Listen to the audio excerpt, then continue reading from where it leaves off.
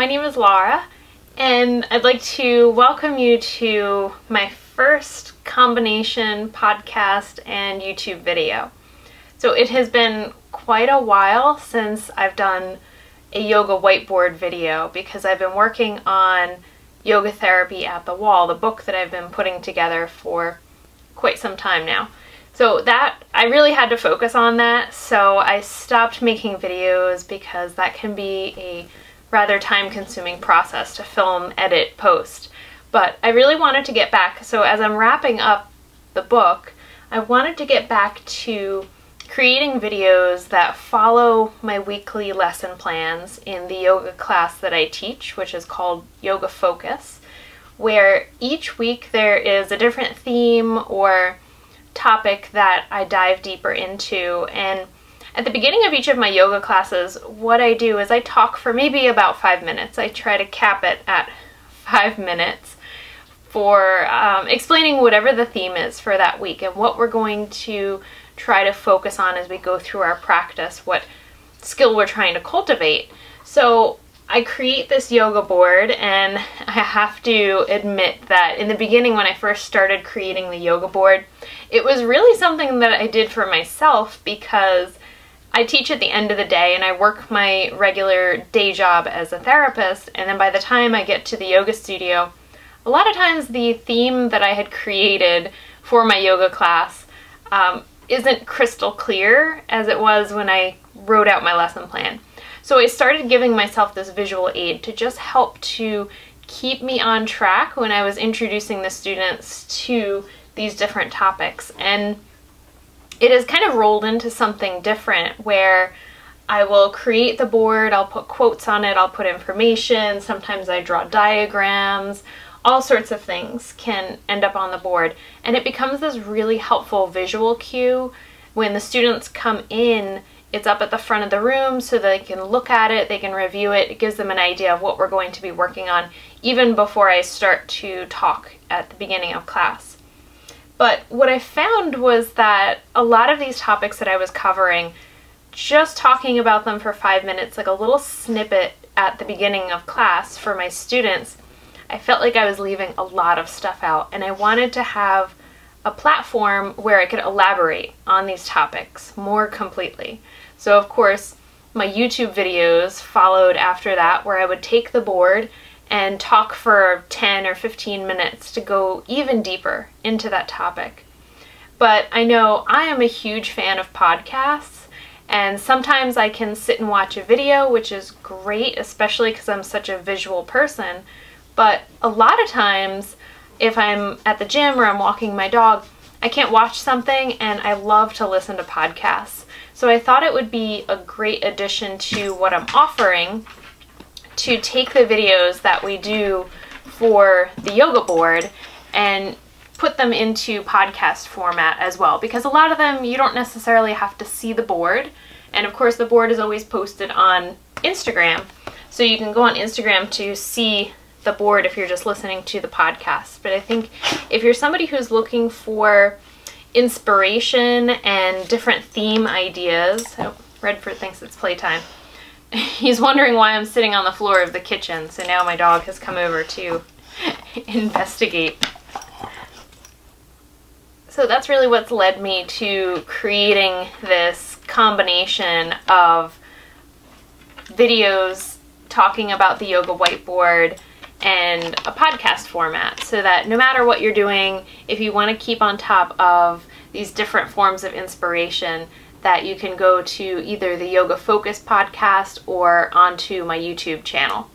The first episode that I'm doing here, the first yoga whiteboard, is something that was inspired by the book that I just finished reading. A couple weeks ago, Patrick and I went on a trip to Puerto Rico, and when I'm home, I'm usually quite busy between work and teaching and working on my book that I don't get to read a whole lot, even though I love to read. So when I go on vacation or I'm traveling, it's such a treat for me to pick out the book that I'm going to bring with me, because I get really excited about being able to read and having that space in between when we're waiting to get on the plane or when we're on the plane or any other times during the trip where there's a little bit of downtime and I can read. So the book that I chose to take with me was one that I've had for a while, and I've used it here and there for a couple different exercises during class, but I've never read it cover to cover. So I really wanted to make sure I had time to do that, and that is the breathing book. And I've had a couple people tell me when I posted this on Instagram that this was actually a part of their required reading when they did their teacher training, which makes me so happy that this was used for teacher training, because I think it's a great foundation for yoga teachers. But when I took the breathing book with me, I had this whole plan that the last few weeks in class we were talking about self-awareness and interoception and building this whole layer of awareness internally, and then I wanted to build on that by doing several weeks focusing on breath work. And originally the idea that I had in my head was to do different forms of pranayama and how pranayama impacts our energy and what it does to the different areas in our body. So I thought the breathing book would be a perfect thing for me to take and learn some new things about breathing. But I was rather mistaken, pleasantly, but rather mistaken about the topic of this book. So I saw breathing, and to me, in my head, I translated that to pranayama, because that's what we think of as the specific breathing exercises that we do in yoga practice. But rather than talking about pranayama, in this book, Donna goes into how the essential breath, which is what she calls it, essential breath work, which is just our normal day-to-day breath. This is the breath that brings us throughout our day when we're not necessarily on our yoga mat and our mind is thinking about doing other things, getting our daily tasks done. We're not doing pranayama, but we have this default setting that we go into with our breath. And for most people, that default setting involves some level of breath holding. And not to say breath holding in terms of totally stopping the movement of our breath, although some of us will do that during the day. A lot of people have a tendency, if you're really, really stressed, to maybe stop the breath for a period of time. But breath holding more in the idea that we are keeping this restriction at some places in our body so that our breath is restricted. It can't go through its full natural movement of expanding and contracting. And Redford is angry that I'm not petting him right now, so you can hear him grumbling in the background. But the idea there is that through the exercises in this book, what Donna calls inquiries, through these inquiries, you can start to gain the self-awareness of, well, where do I create restrictions to my breath? Where am I holding? For many of us, it's this idea of holding the belly in all the time. Sometimes we have this idea that if we constantly hold our stomach in, that it's going to make us look slimmer, or that if we hold our stomach muscles tight all the time, that we will never have back pain, which is not the case. What it does end up doing is it restricts the movement of the breath, the natural movement of the breath, and the ability for the diaphragm to go down to pull the air in. So it's a restricted inhale, and that can cause a lot of different things. It's going to cause us to rely more heavily on our secondary breathing muscles.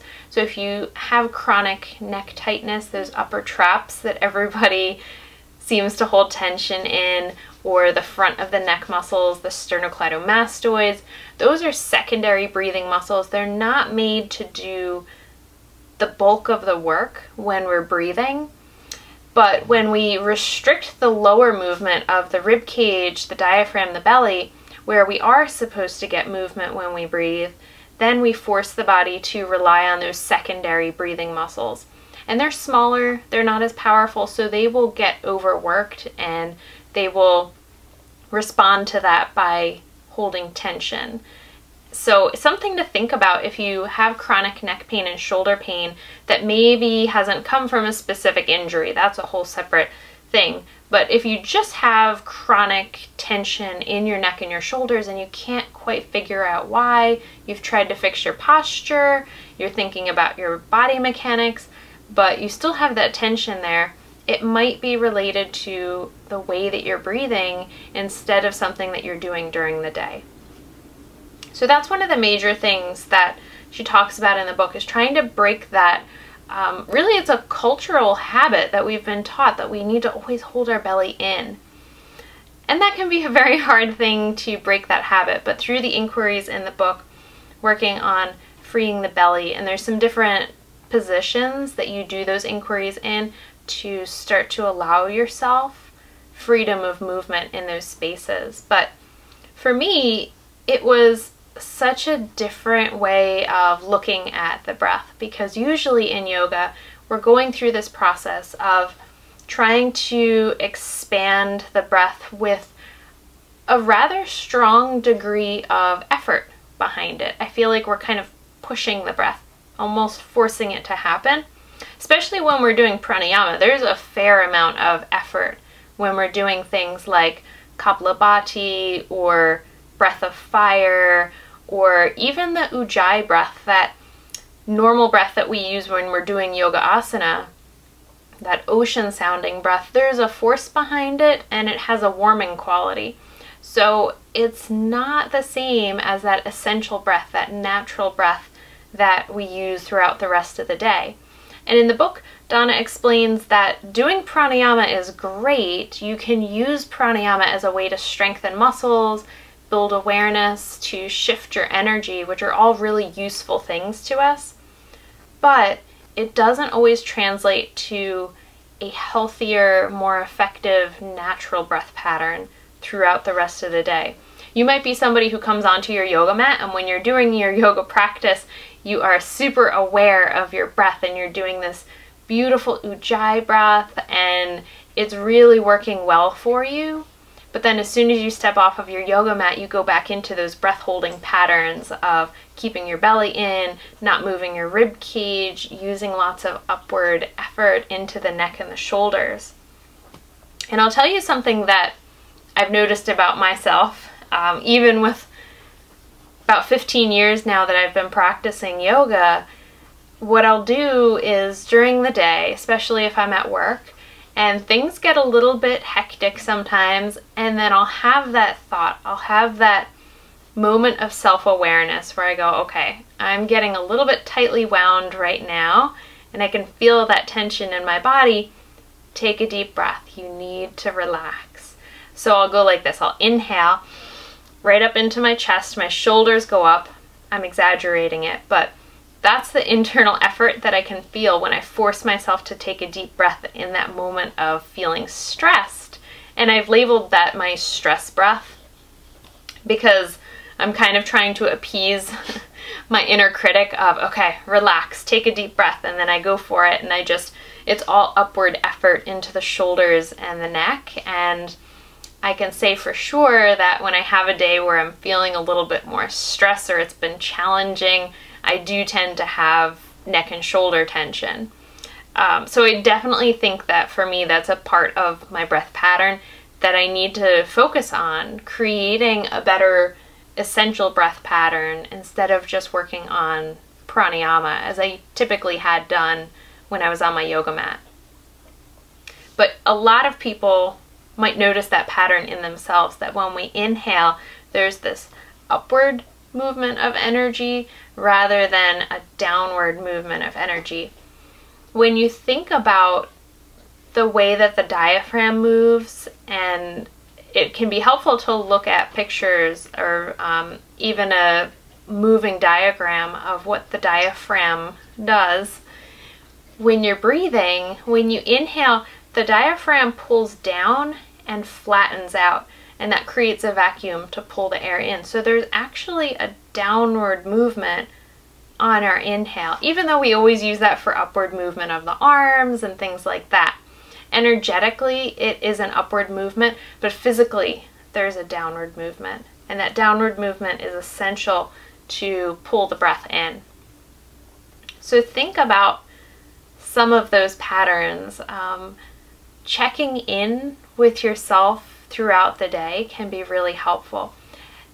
Part of building self-awareness is going through this check-in process during the day at different times of the day when you are experiencing different levels of challenge or stress or interpersonal communication. So when you're driving, when you're making breakfast, when you're at work, when you're taking phone calls, when somebody is disagreeing with you or arguing with you, or after somebody cuts you off in traffic. All of those times, if you take that second to notice, what is my breath like right now, you're going to notice different patterns, and that's totally normal. That is a natural process.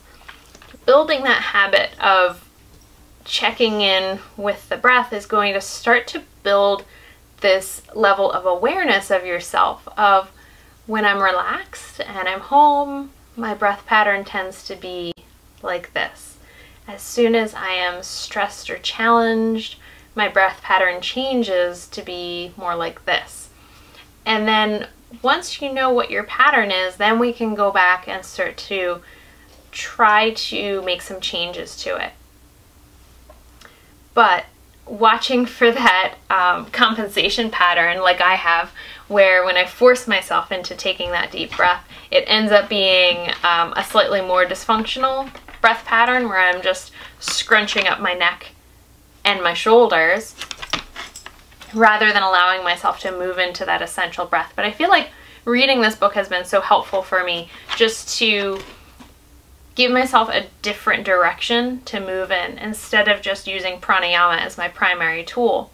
So in the book, Donna talks a lot about how to move or remove the restrictions to your breath. And I'll read you a quote that I posted on my Instagram that was from the book. So it says, learning to breathe well is not an additive process in which we learn specific techniques for improving the breath that you already have. It is a process of deconstruction where you learn to identify the things you are already doing that restrict the natural emergence of the breath. So that comes back to the idea of trying to let go of where we are holding, figuring out where your holding patterns are, and being able to create some openness in those spaces rather than trying to force your breath to move into those places that are not already open. We have to create the space naturally and then let the breath naturally move into it. The part of the yoga board here, which I'm highlighting, is that it's not a process of forcing the breath or manipulation. It's about creating space, and then the breath is naturally going to use that space if it wants it. It depends on the activity that you're doing. If you're sitting, you're not going to need as large of a tidal volume as a change in your inhale and your exhale as you will if you are running or swimming or doing something that's eating up a lot of oxygen. Your breath pattern will be quite different. Or if you're in a very sweaty sun salutation, your breath has to change to accommodate that rather than when you're sitting and you're meditating. So we definitely have to allow space for that. But I'll end off this yoga board by saying my favorite take-home idea or visualization that I got from the book that I've been using in my practice is this idea of imagining a piece of driftwood. So if you think of driftwood on the ocean, and the ocean is just gently rippling up and down, and that piece of driftwood is bobbing up and down as the water moves effortlessly, bobbing up and down. We want our body to be a lot like that when we're in the yoga poses. When we go into certain poses, especially ones where we have this feeling of being goal-oriented, so say I have my legs stretched out here right now. If I was trying to go down and touch my toes, I would have so much forward effort that I'm trying to touch my toes or maybe get past my toes that all of the effort is always in that direction. But with the breath, there's this constant rise and fall. So Donna suggests that we work on this idea of feeling like that piece of driftwood, that as you exhale, there's this slight natural deepening, but as you inhale, there's a lifting out. Exhale, slight deepening, inhale, lifting out. And I'm exaggerating that so that you can see what I'm talking about. It's really just micro movements, millimeters within your pose. But the shift that happens is the difference between forcing yourself into the pose and forcing your breath to do a certain thing versus allowing there to be this very natural layer of movement where the body is gradually working towards something instead of being shoved in that direction. And it creates a more dynamic experience within your pose. So just constantly reconnecting to what is natural for my breath right now. Where can I find this experience of ease, and going with that natural flow of what is happening in that pose. And I think there must be a cat outside because Red is getting upset.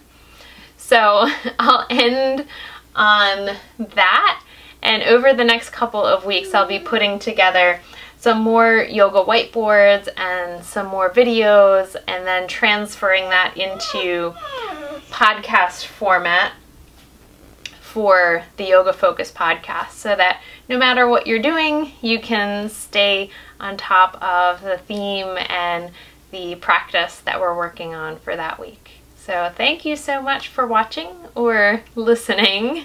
Namaste.